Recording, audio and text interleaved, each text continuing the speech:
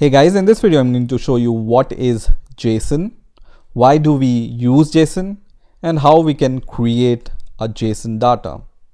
So let's get started. So first of all, what is JSON? Now the name JSON stands for JavaScript Object Notation.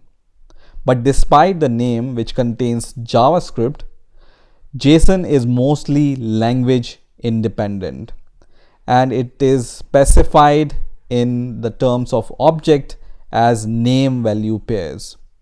Now that's okay, but what really is JSON, you may ask, right?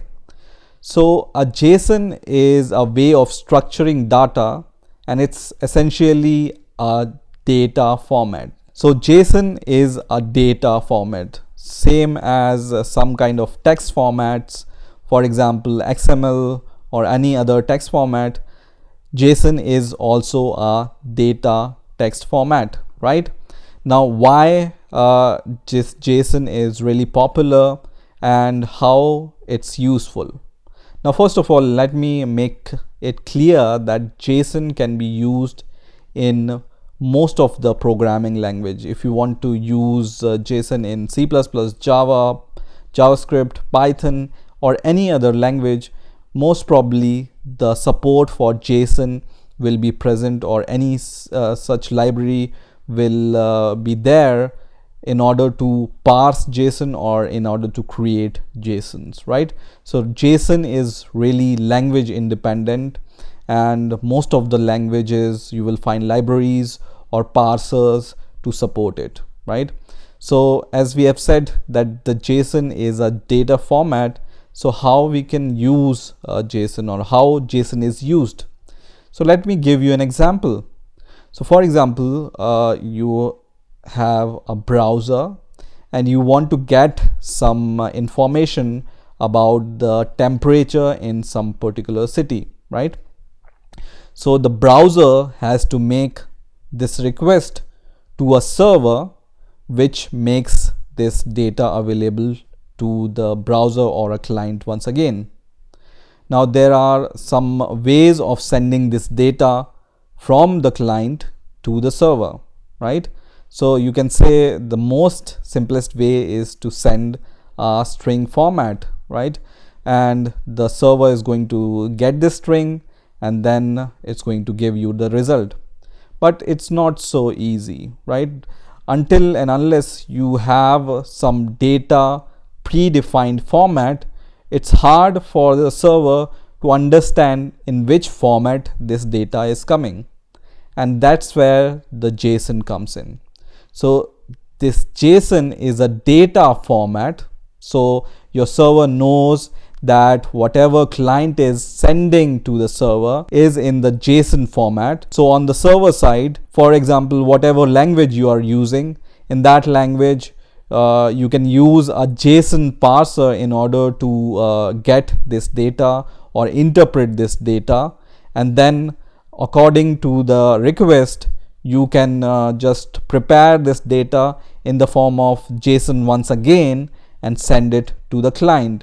And then whatever client side language you are using, most probably you will be using JavaScript, and this JavaScript will be able to understand that this data is in the JSON format. So it's going to parse this data and then it's going to show you this data in the form of HTML using that JavaScript, right? So this is very simple kind of JSON, right? So a JSON has these curly brackets and then the values are defined like this. So there is a key and the value for it. So key here is a city and the value of a city is Paris, for example, right? Unit is a key, and C, capital C, which stands for centigrade, is the value of unit, right? In the same way, once your server has some data, it's going to send it in this format. So here low means low temperature, and so low is a key and 16 here is the value, right? High is the key and 23 is the value, right? So this is the format of very simple JSON, which can be sent from the client to the server and then server to the client. So JSON is essentially a data format. Now the question arises that which kind of data you can send using JSON, right? So let's see what are the values you can use to send data. So in JSON, you can send this data in the form of these data type which are there in this picture. So the key, which I already explained you, for example, city was the key, and it's always in the string format, right? So key will be in string format, and the JSON value, you can see the JSON value can be an object, it can be an array, it can be a number. Number means it can be an integer or a decimal value, and string is a string, and other three formats are true, false for Boolean. And if you don't have any data, you can send null. Okay, so these are the data types which can be used to send the values in JSON. So it can be object, array, number, or a string, or a Boolean value. Or if you don't have any data, then you can send null also. Okay, now let me show you a simple example of a JSON. Now for example, you want to send employee data or the data of some person from a client to a server, right? So for example, the first name is John here, so its value is a string value, right? Last name is Smith, it's also a string value, this value you can see.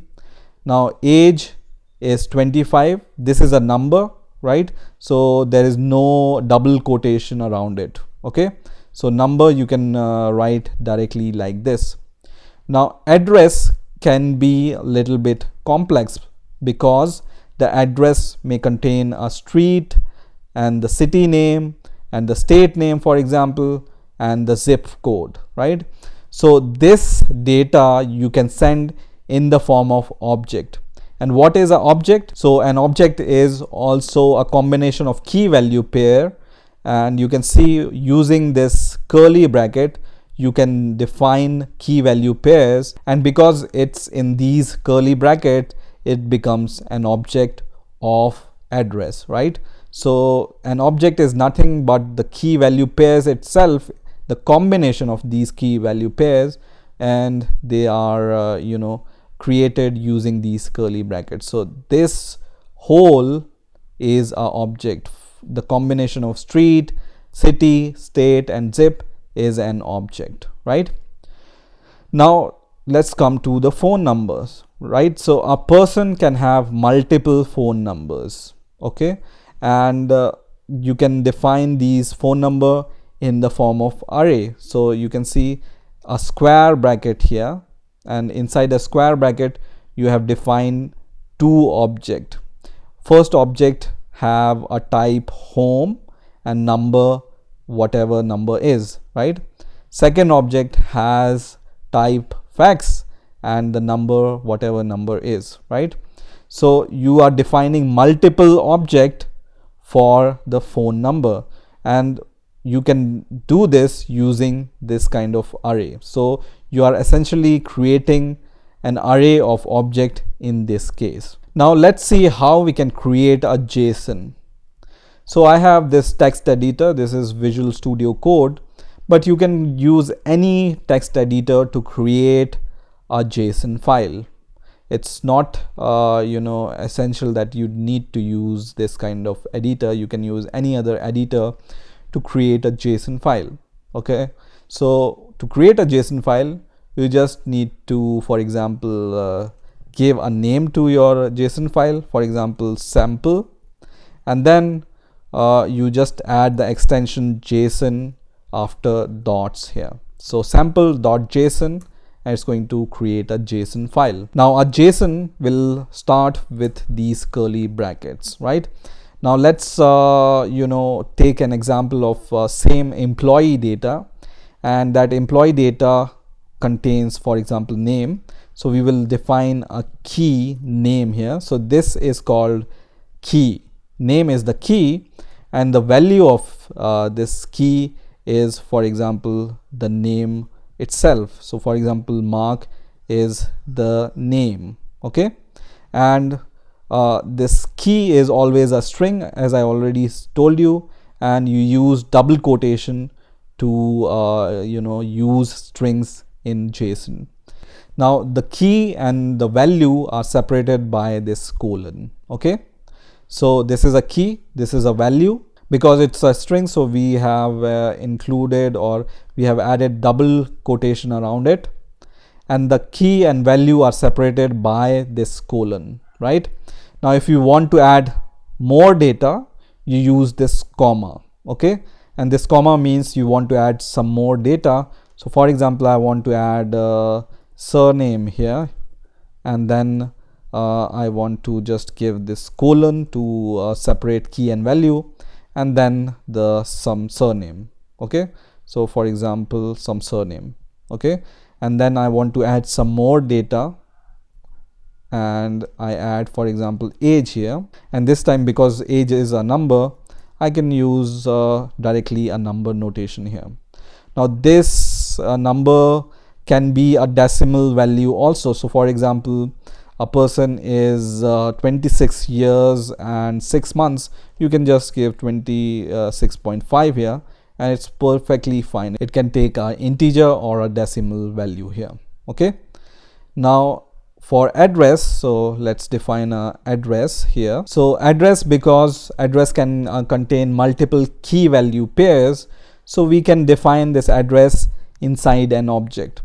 An object is a combination of key value pair inside these curly brackets. So once you give these curly bracket, this value becomes an object, and here you can once again give these key value pairs. So for example, address contains street here, so you can just give the street and then the value of street, some value, right? And then next comes for example the city name, so you can just give the city name. This is also most probably string in most of the cases, and then you can give the zip code, right? So zip, and in some cases it can be a number, in some other countries it can be some string format, right? So let's say it's a number, so you can just give this number like this. Now keep in mind that I haven't added comma in the last element, right? So I have added comma here, I have added comma here, but because zip is my last element of this address object, so the last element doesn't contain any comma. So when I add comma, it's an error, right? So I don't need to add comma to the last element of an object, right? So you can say this is a big object, this is one object, and then address contains the sub object here. Okay, now let's add the phone numbers here. So for adding the phone number, you need to add comma here after this curly bracket, right? Because you are adding one more element here. So let's add a phone, for example, here, and then these phone number, for example, a person can have multiple phone numbers, right? So in order to give the phone number, you can directly define an array. Array means multiple values for the same key.